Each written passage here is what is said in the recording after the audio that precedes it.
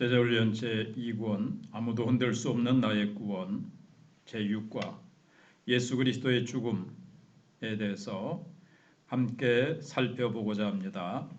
이 강의를 듣기 위해서 들어오신 여러분들을 주님의 이름으로 환영합니다. 암송성구 로마서 5장 8절과 갈라디아서 3장 13절입니다. 로마서 5장 8절 우리가 아직 죄인 되었을 때에 그리스도께서 우리를 위하여 죽으심으로 하나님께서 우리에 대한 자기의 사랑을 확증하셨느니라. 갈라디아서 3장 13절 그리스도께서 우리를 위하여 저주를 받은 바 되사 율법의 저주에서 우리를 속량하셨으니 기록된 바 나무에 달린 자마다 저주 아래에 있는 자라 하였습니다. 이 두 구절을 잘 묵상하시고 암송하시기 바랍니다. 이 과의 목적은 무엇일까요? 예수 그리스도께서 우리 죄를 대신하여 죽으신 십자가의 도를 깨닫고 그 은혜에 감격하여 평생 십자가를 자랑하는 예수의 제자가 되게 하는 것이 바로 이 과의 목적입니다. 그러므로 제가 먼저 십자가 앞으로 더 가까이 나가지 않으면 안 될 것입니다. 서론입니다. 우리는 기독교 복음 가운데서 가장 중요한 부분을 공부하려고 한다. 십자가의 죽음은 너무나 비참한 사건이었지만 영원한 심판을 목전에 두고 있는 인간에게는 다시 없는 기쁜 소식이었다. 예수님은 죽으셨지만 그 대신 우리가 살게 되었다는 소식이니 가슴이 뛰지 아니할 수 없다. 그러므로 가장 진지하고 가장 경험하게 그리고 가장 감격스러운 마음을 가지고 십자가의 사건을 대하지 아니하면 안 된다. 아이작 하츠의 찬송가 가사를 기억하는가? 나 십자가 대할 때에 그 일이 고마워. 내 얼굴 감히 못 들고 눈물 흘리도다. 늘 울어도 눈물로써 못 갚을 줄 알아. 몸밖에 드릴 것 없어 이 몸 바칩니다.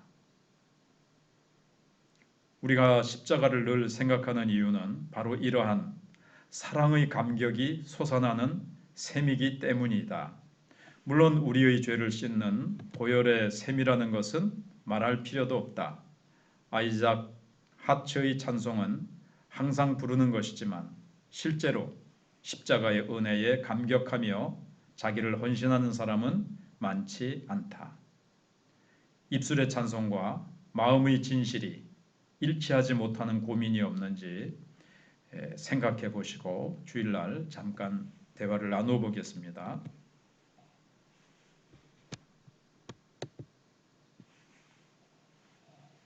도입 질문입니다. 본문으로 들어가기 전에 한번 생각해 보는 겁니다. 당신은 예수 믿은 지 오래되어서 예수님의 십자가에 대한 감격이 메말라 있지 않는가?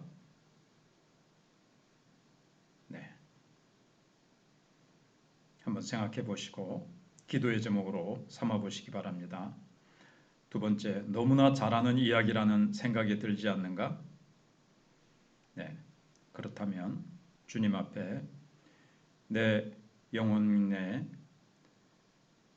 문제가 있다고 생각을 하고 주님 앞에 또 기도하며 매달려야 되겠습니다. 자, 본문 내용입니다. 1번, 예수님의 죽음이 실제로 있었던 역사적인 사실임을 성경은 어떻게 말하고 있는가? 마태복음 27장 32절로 38절을 여러 번 읽은 다음 그 현장에서 있었던 몇 가지 사건들을 정리해보라. 자, 밑에 있는 성경 구절을 여러 번 실제로 성경책을 펴시거나 휴대폰 앱으로 펴셔서 여러 번 읽어보시기 바랍니다. 나가다가 시몬이랑 구레네 사람을 만나매 그에게 예수의 십자가를 억지로 지워가게 하였더라. 골고다 즉 해골의 곳이라는 곳에 이르러 쓸개탄 포도주를 예수께 주어 마시게 하려 하였더니 예수께서 마시고자 하지 아니하시더라. 그들이 예수를 십자가에 못 박은 후에 그 옷을 제비 뽑아 나누고 거기 앉아 지키더라. 그 머리 위에 이는 유대인의 왕 예수라 쓴 죄패를 붙였더라. 이때에 예수와 함께 강도 둘이 십자가에 못 박히니 하나는 우편에 하나는 좌편에 있더라. 이 구절을 이제 한번 내용을 관찰해 보겠습니다. 32절에서 구레네 사람 시몬을 만나서 이 사람이 십자가를 대신 지게 했습니다. 그리고 34절에서는 쓸개탄 포도주를 주님께 드렸지만 주님은 거절하셨습니다. 그리고 35절에서 십자가에서 예수님은 못 박히십니다. 36절에서는 예수님의 단벌 옷을 제비 뽑아 나눕니다. 그리고 37절에는 십자가 위에 예수님의 죄의 그 죄목을 죄패에 붙입니다. 이 사실을 볼 때 왜 구레네 사람 시몬이 대신 지고 갔습니까? 예수님은 기력이 쇠하여 이미 탈진 상태에 있었습니다. 형장까지 빈몸으로 가기에도 벅찼습니다. 밤새도록 이리 끌려다니고 저리 끌려다니시면서 불법 재판을 받으시고 아무것도 드시지 못하시고 잠도 한숨 주무시지 못한 상태에서 채찍에 맞으시고 피를 많이 흘리시고 너무 쇠진한 상태에 있었던 거죠. 26장 57절부터 예수님은 대제사장의 신문을 받았고 빌라도의 재판과 심한 고문, 조롱, 채찍, 결박을 당하셨습니다. 쓸개탄 포도주는 왜 거절하셨냐면 일종의 진통제였습니다. 왜 그것마저 거절하셨을까요? 우리의 죄가 남긴 진노의 마지막 찌꺼기까지 다 맛보실 작정이었던 것 같습니다. 예수님은 우리를 위한 고난, 우리의 죄로 말미암은 고통을 100%다 해결하시고 대신 지시기 위해서 그 모든 고통을 마지막 한 방울까지 다 맛보실 작정이었던 것이죠. 옷이 제비에 붙여지는 것은 최악의 치욕거리에 속하였습니다. 마치 개들이 제 마음대로 물고 찢는 것과 같습니다. 이것은 구약의 예언의 성취입니다.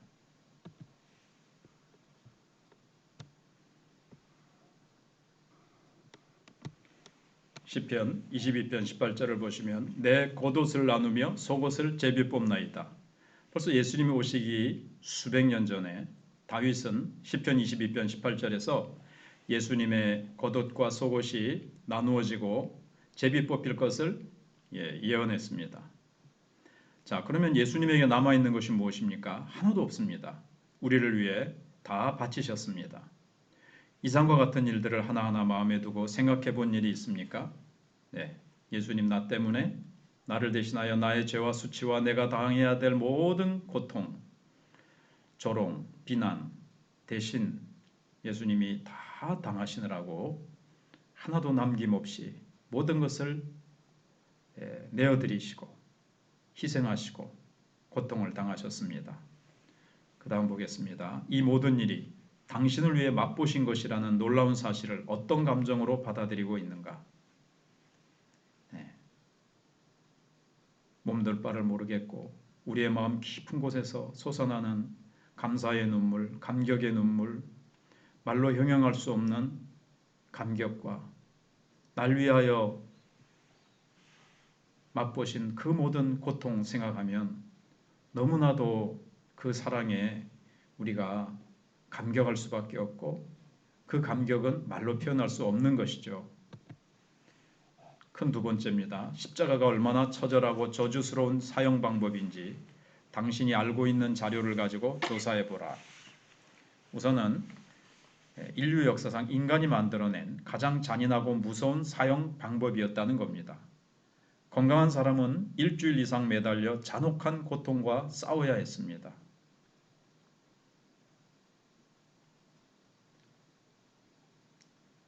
그러나 보통 사람은 한 사흘 정도 지나면 사나흘 지나면 죽었다 그래요.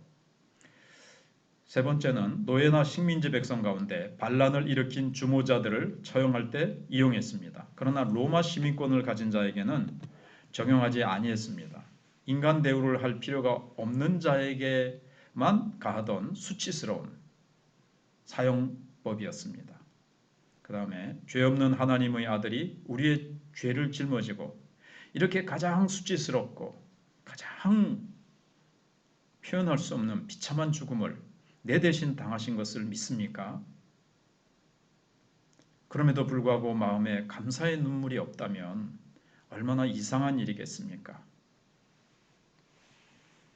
큰 세 번째입니다. 갈라디아서 3장 13절은 예수님의 죽음의 의미를 어떻게 설명하는가? 갈라디아서 3장 13절, 우리가 오늘 암송 구절이죠. 그리스도께서 우리를 위하여 저주를 받은 바 되사 율법의 저주에서 우리를 속량하셨으니 기록된 바 나무에 달린 자마다 저주 아래에 있는 자라 하였습니다.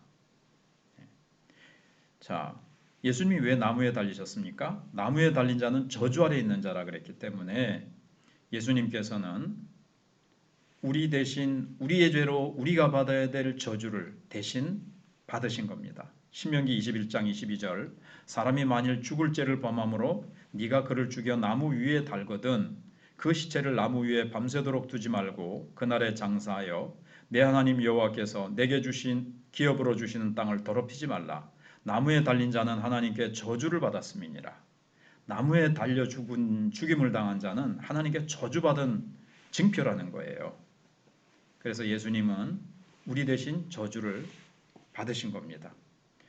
자, 그 다음 보겠습니다. 예수님이 십자가에 매달려 죽으시는 현장을 보며 우리는 인간이 죄를 지어 하나님으로부터 받은 저주가 얼마나 끔찍하고 무서운 것인가를 알 수 있습니다.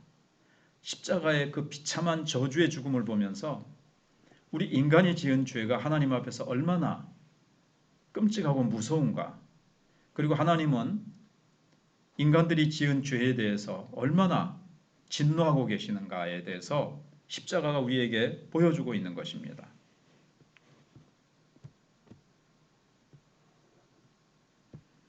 그 다음, 그가 대신 저주를 받지 아니하셨다면 누가 받아야 했습니까?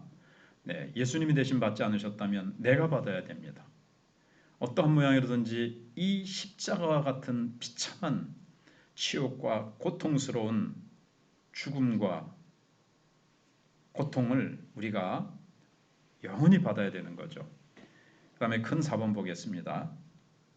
마태복음 27장 46절에서 예수님은 무엇이라고 절규하셨는가? 그리고 하나님으로부터 버림당하신 것을 가장 괴로워한 이유가 어디에 있을까? 네, 참고로 요한복음 8장 29절에 보시면 되겠습니다. 마태복음 27장 46절, 제90쯤에 예수께서 크게 소리질러 이르시되 엘리 엘리 라마 사박다니 하시니 이는 곧 나의 하나님 나의 하나님 어찌하여 나를 버리셨나이까 하는 뜻이라. 예수님께서 나의 하나님 어찌하여 나를 버리셨나이까 이렇게 부르짖으셨습니다. 자, 예수님은 요한복음 8장 29절을 보시면요, 나를 보내신 이가 나와 함께 하시도다. 나는 항상 그가 기뻐하시는 일을 행함으로 나를 혼자 두지 아니하셨느니라. 영원전부터 영원까지 예수 그리스도는 단 한순간도 놓치지 않고 아버지 하나님과 항상 함께 하셨고 항상 사랑의 교제를, 아름다운 교제를 나누고 계셨는데 이 순간만큼은 예수님께서 우리 대신 우리가 하나님으로부터 단절되는 그 아픔과 고통을 대신 맛보신 겁니다. 그러니까 우리가 하나님께 부르짖어야 될 부르짖음을 예수님이 대신하신 거예요. 나의 하나님 어찌하여 나를 버리셨나이까? 우리가 버림받아야 되는데 예수님이 버림받으실 이유가 있습니까? 우리가 우리 죄 때문에 하나님으로부터 버림받아 마땅한데 예수님이 내 대신 그 자리에 올라가셔서 내 대신 버림받으셨는데 그 단절의 고통은 육신의 어떤 고통보다도 극심한 고통이었다는 겁니다. 자, 그 다음 밑에 초록색 글을 다시 보겠습니다. 평소에 예수님은 하나님을 아버지라고 부르셨습니다. 그러나 우리 죄를 짊어지고 하나님으로부터 버림을 받은 십자가상에서는 차마 아버지라 부르지 못하고 하나님이라고 부르셨습니다. 우리 대신 죄인의 자리에 지금 예수님이 계시기 때문입니다. 십자가형은 원래 카르타고인들이 시작한 것이라고 해요. 근데 후에 로마인들에 의해서 광범위하게 이것이 시행되었다고 합니다. 로마 시민이 그 대상이 되는 일은 거의 드물었고 대부분 민중들과 천민, 저급한 범죄자들이 십자가형을 받았습니다. 십자가에는 세 가지 형태가 있는데 T자형, 그 다음에 X자형, 그 다음에 칼 모양의 십자가 등입니다. 칼 모양의 십자가는 죄목이 적힌 명패를 머리 부분에 박았기 때문에 예수님이 처형당하신 십자가 형틀로 여겨집니다. 우리가 생각하고 있던 거하고 좀 다르죠. 근데 중요한 것은 어떤 모양이냐가 아니라 나무에 달리셨다는 것, 우리 대신 저주받으셨다는 것, 이것이 이제 중요한.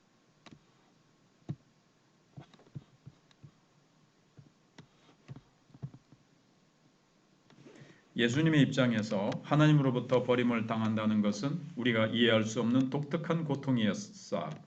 왜 그런가? 예수님은 늘 하나님과 동행하셨기 때문에 그 단절의 고통이 가장 큰 고통이었다는 겁니다. 조금 전에 읽어드렸던 말씀이죠. 그 다음에 하나님 안에 계신 예수님은 하나님 아버지의 일을 하면서 기쁨을 누리셨습니다. 요한복음 14장 10절. 잠시만요.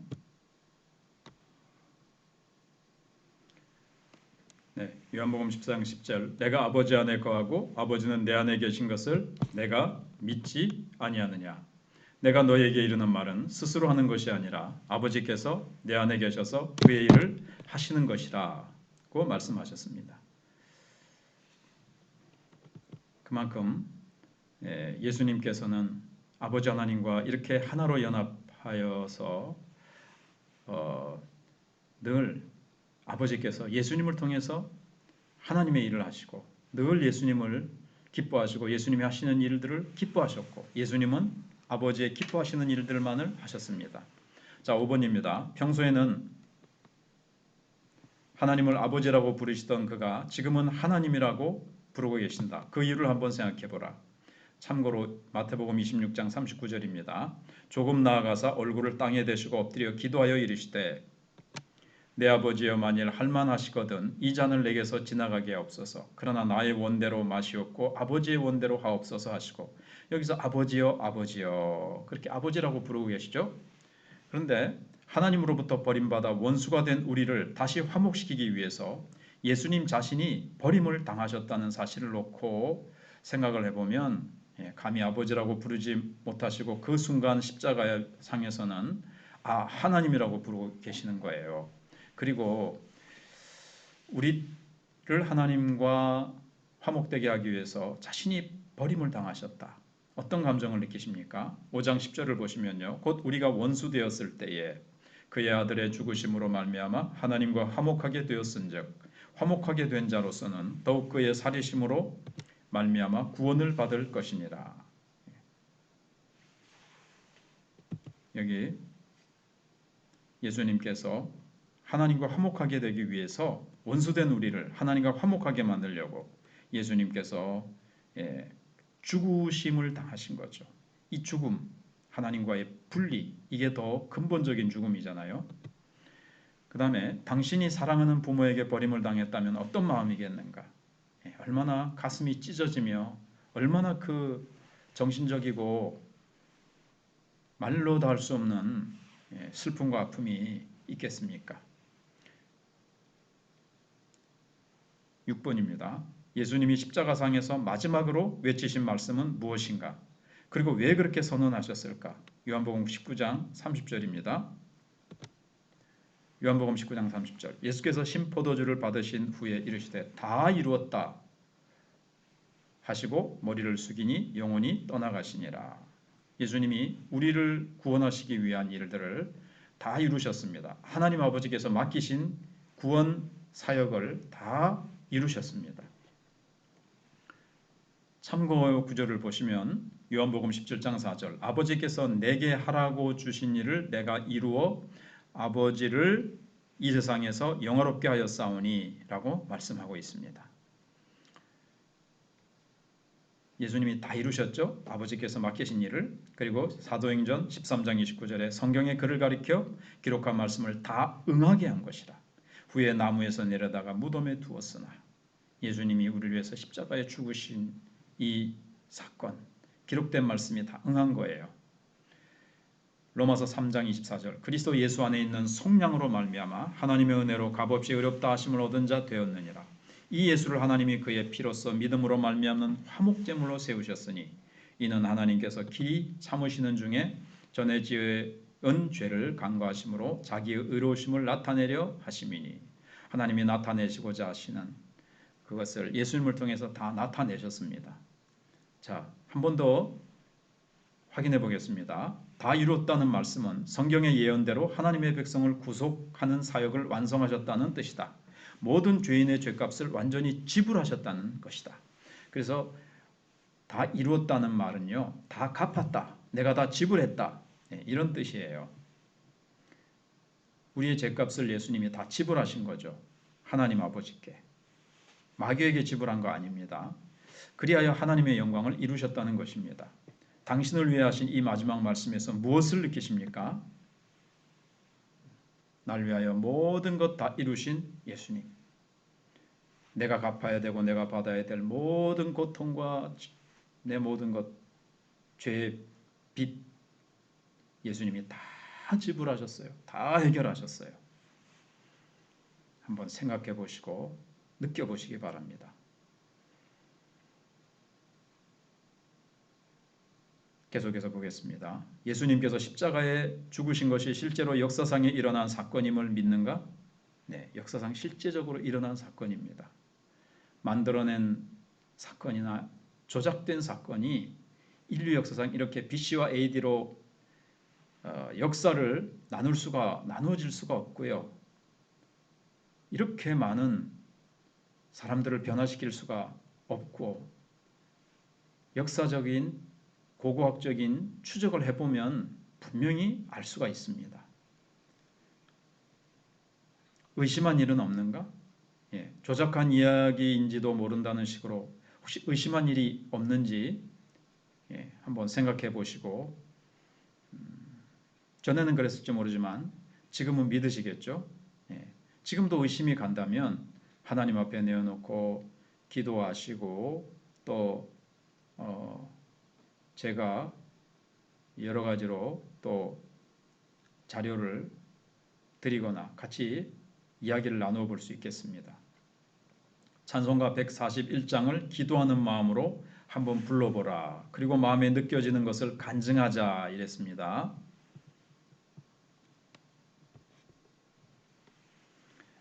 일단 141장이 옛날 찬송가인 것 같아요. 나중에 주일날 불러보든지 나중에 말씀을 드리겠습니다. 7번입니다. 우리의 구원을 위해 왜 피 흘림이 절대로 필요하였는가를 다음 성구를 가지고 말하라. 요한복음 1장 29절 이튿날 요한이 예수께서 자기에게 나오심을 보고 이르되 보라 세상 죄를 지고 가는 하나님의 어린 양이로다. 세상 죄를 예수님이 지고 가셔야 되는 거죠. 주인의 죄를 대신하여 죄물이 된 어린 양은 제단의 피를 흘리지 아니하면 안 되었습니다.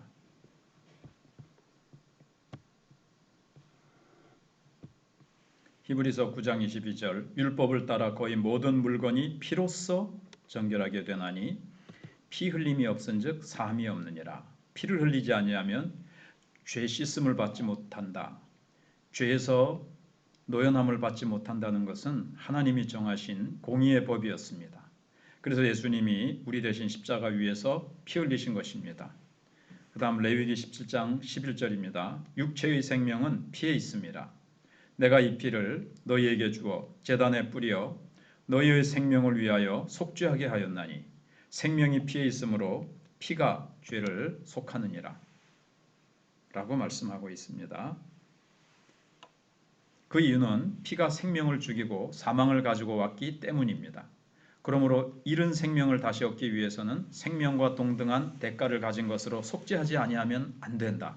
여기에 해당하는 대가가 피였다. 그러나 죄인의 죄는 아무 가치가 없다. 의인의 피라야 합당한 값을 치룰 수 있다. 어디서 의인의 피를 찾으랴? 하나님은 자기 아들에게서 찾으셨다. 이 얼마나 감격스러운 이야기인가. 당신은 이 엄청난 사실을 너무 대수롭지 않게 받아들이고 있지 않은가? 나를 구원하시고 나의 죄를 해결하시기 위해서 찾다 없으면 그만두시면 되는데 하나님께서는 하나밖에 없는 자기 아들을 내 대신 피 흘려 죽게 하셨다는 거죠. 너무나도 놀라운 사랑입니다. 그다음에 8번 보시겠습니다. 예수님의 죽음이 어느 정도 완전한 효력을 가진 것이었는가를 히브리서 10장은 너무나 확실하게 가르쳐주고 있다. 1번, 구약시대의 제사는 어떤 점에서 불완전하였는가? 구약시대 때 짐승을 잡아서 하나님께 죄를 속하기 위해서 드렸는데 어떤 점에서 불완전한가 하는 겁니다. 히브리서 10장 1절, 율법은 장차 올 좋은 일의 그림자일 뿐이요 참 형상이 아니므로 해마다 늘 드리는 같은 제사로는 나오는 자들을 언제나 온전하게 할 수 없느니라. 네. 그 다음에 4절, 이는 황소와 염소의 피가 능히 죄를 없이 하지 못함이라 그랬습니다. 그러니까 1절 다시 보시면 구약의 제사는 그림자일 뿐이라는 거예요. 장차 올 실체를 보여주는 그림자지 이게 진정한 완전한 제사는 아니라는 거예요. 그 다음에 11절, 제사장마다 매일 서서 섬기며 자주 같은 제사를 드리되 이 제사는 언제나 죄를 없게 하지 못하거니와. 자, 보겠습니다. 매일 범죄함으로 매일 반복해야 했습니다. 짐승의 피는 완전한 사죄를 이루지 못했습니다. 그 순간 잠시 용서하는 거지만 그것은 완전한 사죄를 이루지 못했어요. 그래서 죄지면 또 제사를 드리고 또 죄지면 제사를 드려야만 했습니다. 왜 그렇게 불완전한 제사를 요구하셨는가? 1절에 실상이 나타날 때까지 필요했던 허상이었습니다. 그림자, 모형이었다는 거죠. 실상이신 예수님이 나타나실 때까지. 그 다음에 하나님이 요구하시는 완전한 제사는 어떠한 제사인가? 의인의 피를 흘림으로 대속을 이루는 제사입니다. 죄가 전혀 없는 자. 그런데 이 세상에는 그런 의인이 없어요. 그래서 죄가 없으신 예수님이 이 땅에 오셔서 의인으로서 우리를 대신해서 피를 흘려주신 거죠. 예수께서 죄를 대신 지심으로 우리가 의롭게 되었고 그의 잡힘으로 우리가 자유하게 되었으며 그의 죽음으로 우리가 생명을 얻게 되었다. 이게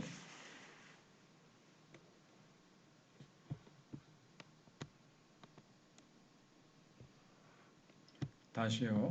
예수께서 죄를 대신 지심으로 우리가 의롭게 되었고 그의 잡힘으로 우리가 자유하게 되었으며 그의 죽음으로 우리가 생명을 얻게 되었다. 누가 이런 말을 했는가 하면 말콤 머거리제라는 사람이 했습니다. 두 번째, 예수님이 자기 피로 드린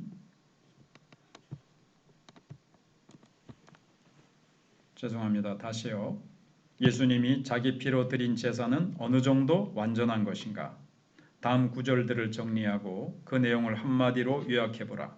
자, 10절을 보시면 히브리서 10장 10절, 이 뜻을 따라 예수 그리스도의 몸을 단번에 들이심으로 말미암아 우리가 거룩함을 얻었노라. 구약시대 때 짐승을 잡아 죽여 제단 위에 내 죄를 대신해서 드렸습니다.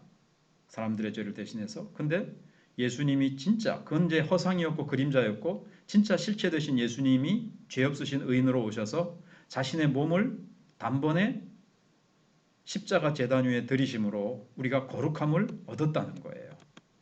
12절,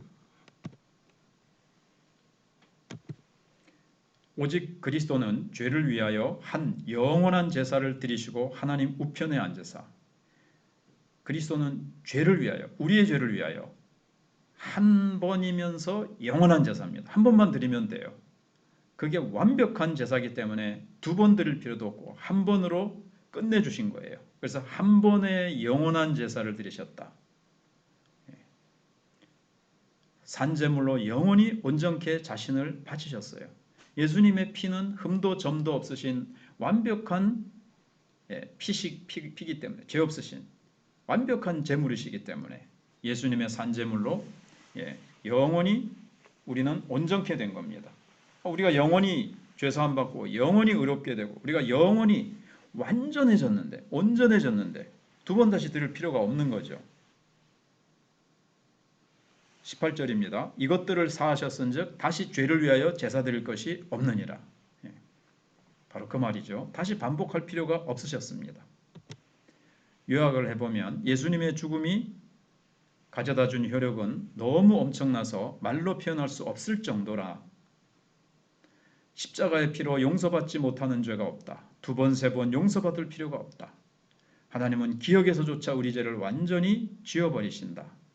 그래서 히브리서 10장 17절에 또 그들의 죄와 그들의 불법을 내가 다시 기억하지 아니라 하리라 하셨으니 하나님은 완전히 용서하시고 기억지도 않으시는데 우리가 자꾸 기억나가지고 아이고 진짜 용서받았을까? 그러면서 그 죄 또 끄집어내가지고 하나님 용서해 주세요. 또 다시 진짜 용서받았을까? 그 죄 또 생각나서 아이고 또 한 번 더 해보자. 매매해보자. 이렇게 하면 안 된다는 거예요. 당신은 예수를 믿고도 죄에 대한 가책과 공포가 남아있는가? 남아있다면 예수님이 십자가를 지신 그 피의 능력을 예수님의 그 대속의 은혜를 내가 온전히 신뢰하고 믿지 못하기 때문에 죄에 대한 가책과 공포가 남아있는 거예요. 다 십자가 밑에 묻어버리시길 바랍니다. 그래서 십자가의 능력을 잘 모르고 있어서 생기는 병이에요. 얼마나 십자가의 능력이 크고 완벽한가를 정확히 잘 알고 있다면 그렇지 않게 되겠죠. 그래서 이 점에 대해서 자기의 생각을 한번 말해 보십시오. 생각해 보십시오. 9번 예수님의 십자가로 우리는 영원히 온전케 되었다고 한다. 이 말은 모든 죄가 다 용서받았다는 의미요. 그 용서가 영원토록 유효하다는 뜻이다. 다시 말하면 예수 믿으면 하나님이 우리에게서 아무 죄를 찾을 수 없도록 하셨다는 말이다. 이 엄청난 은혜가 정말 믿어지는가? 이 엄청난 은혜 믿어지셔야 됩니다. 단순히 어린아이처럼 받아들이세요. 하나님이 그렇게 하셨다. 그 엄청난 대가를 자기의 아들을 그렇게 내어주셨으면 그 아들이 어떤 분이십니까? 그렇다면 그 어마어마한 분, 측량할 수 없는 하나님 그분이 나의 죄를 위해서 십자가에 죽어주셨다면 내 죄가 어떻게 남아있을 수 있겠어요? 완벽하고 영원하고 단번에 해결하신 것인데 자, 의심한다면 우리가 참 우리의 그 의심이 참 문제죠. 그래서 그 의심을 하나님 앞에 내어놓고 참 많이 기도해야 됩니다. 왜 내가 이것을 다 믿지 못하는지, 내 속에는 이 의심, 이 교만, 나의 이 독립적인 마음, 내 이 못된 자아 이런 것들을 하나님 앞에 내어놓고 기도하셔야 됩니다. 자, 여기서 우리는 하나님의 진정한 사랑을 발견하게 된다. 요한일서 4장 10절입니다. 사랑은 여기 있으니 우리가 하나님을 사랑한 것이 아니요 하나님이 우리를 사랑하사 우리 죄를 속하기 위하여 화목제물로 그 아들을 보내셨습니다. 사랑이 여기 있습니다. 우리는 하나님을 먼저 사랑도 하지 않았는데 하나님이 우리를 사랑하셨어요. 하나님이 사랑하셨어요. 그 앞뒤 구절을 보면 하나님이 먼저 사랑하셔서 먼저 찾아오시고 먼저 사랑의 손, 구원의 손을 내미시고 그 아들을 보내셨습니다. 자, 계속 보겠습니다. 하나님의 이 놀라운 사랑을 정말 감격으로 받아들인다면 어떤 은혜를 누리게 될까? 히브리서 10장 19절 그러므로 형제들아 우리가 예수의 피를 힘입어 성소에 들어갈 담력을 얻었나니 마음에 평안이 찾아오고요. 사죄의 확신이 들게 되고요. 용서에 대한 이 보장 그래서 하나님 앞에 담대히 나아가게 됩니다. 죄 용서 다 받았고 아들까지 내어주시면서 그런 놀라운 일을 행하신 하나님 앞에 우리가 어떻게 되겠습니까? 담대하게 나아가는 거죠.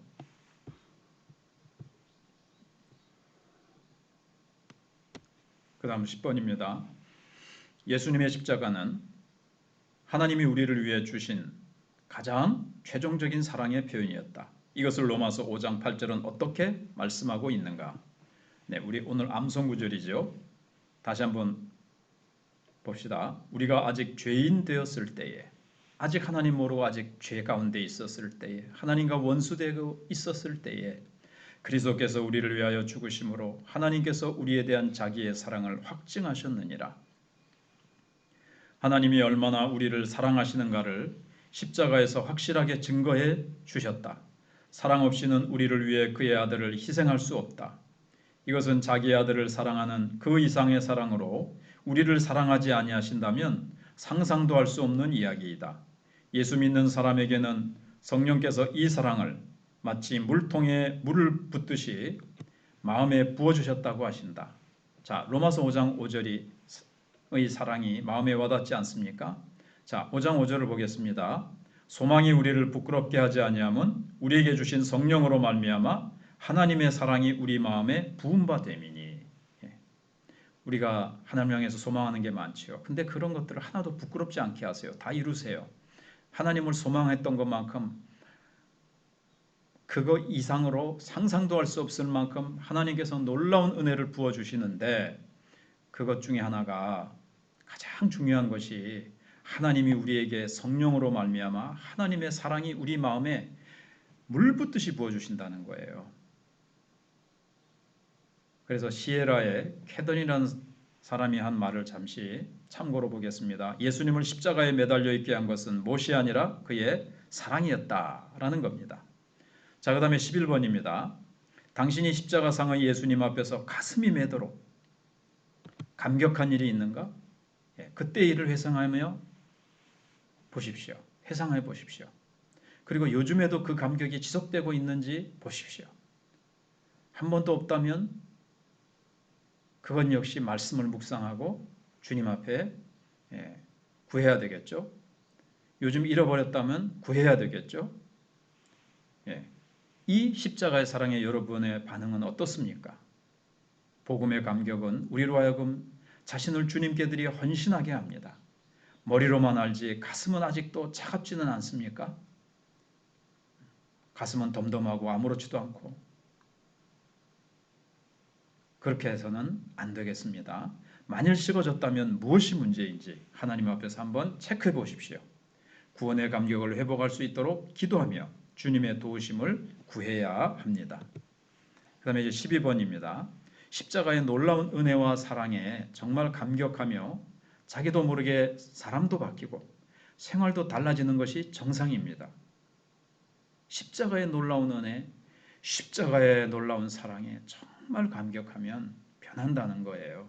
어찌 예수의 은혜를 모르던 때와 같은 사람으로 남아있을 수가 있겠습니까? 십자가의 사랑이 당신의 삶에서 일으킨 변화는 무엇입니까? 적어보시고 생각해 보세요. 곰곰이 한번 적어보시기 바랍니다. 그 밑에 옥하는 목사님이 하신 그 글을 한번 읽어드리겠습니다. 먼저 예수 믿는 우리가 먼저 우리 자신을 변화시키는 십자가의 능력을 체험하고 그 능력을 날마다 보여줄 수만 있다면 이 사회는 소망이 있다. 그러나 우리 스스로에게 십자가의 능력이 약화되면 이 사회는 치료받을 수 없는 죄인들의 병동이 되고 말 것이다. 조금 오자가 있네요. 다시 한번요. 먼저 예수 믿는 우리가 먼저 우리 자신을 변화시키는 십자가의 능력을 체험하고 그 능력을 날마다 보여줄 수만 있다면 이 사회는 소망이 있다. 그러나 우리 스스로에게서 십자가의 능력이 약화되면 이 사회는 치료받을 수 없는 죄인들의 병동이 되고 말 것이다. 멋진 말이네요. 또 참 의미 깊은 말이고 우리가 깊이 새겨야 될 말씀이라고 생각합니다. 자, 교리 요약을 보겠습니다. 예수님은 죄 없는 몸으로 인간의 죄를 대신 지고 저주를 받으셨다. 교리 요약은 여러 번 읽고 그렇게 암기하시기 바랍니다. 그의 죽음은 완전한 죽음이었다. 그의 죽음은 율법이 정한 모든 저주의 형벌을 다 담당한 죽음이었다. 그의 희생은 완전하고 영원한 것이어서 다시는 죄를 위해 제사가 필요 없게 되었다. 그의 피로 용서받지 못할 죄는 없다. 그의 죽음으로 그를 믿는 자는 모든 죄의 형벌을 면제받는다. 십자가는 하나님이 죄인을 향한 사랑의 표현이었다. 자, 마지막 존 스타트가 쓴 글이 있죠. 이걸 읽고 마치겠습니다.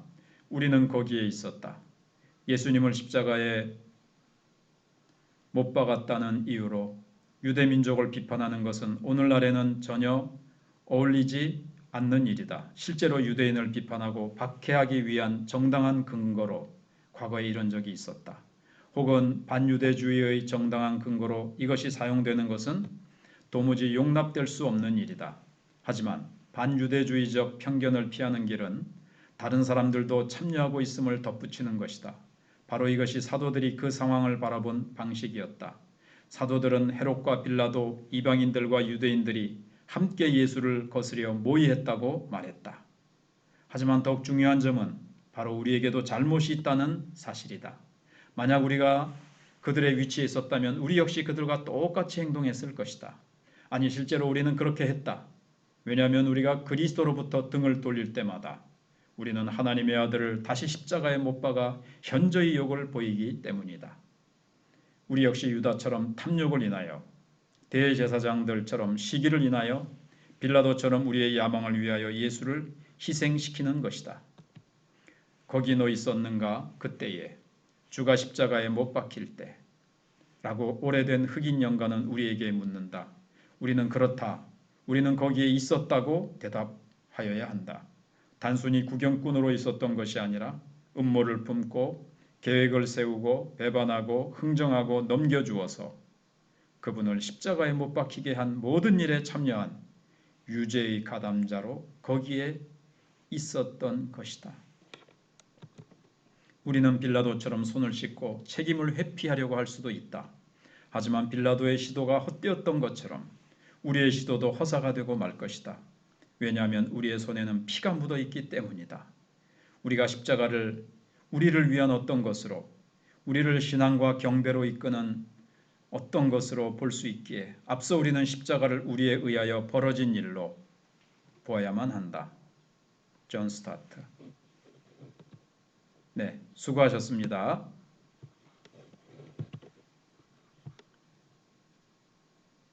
지금까지 공부하시느라고 수고하셨고요. 혹시 성경 구절을 찾아서 적은 다음에 이걸 보셔야 되는데 그렇지 않으신 분들은 문제도 곰곰이 생각하고 묵상하시고 성경 구절도 일일이 찾아서 적어보시면서 그때 은혜 받는 거예요. 그때 성령께서 내가 찾은 말씀을 통해서 나의 가슴을 찌르고 은혜시키시고 변화시키십니다. 은혜 주시고 변화시키십니다. 꼭 그렇게 하시기를 바랍니다. 수고하셨습니다. 다시 한번 수고하셨고요. 만날 때까지 평안하십시오.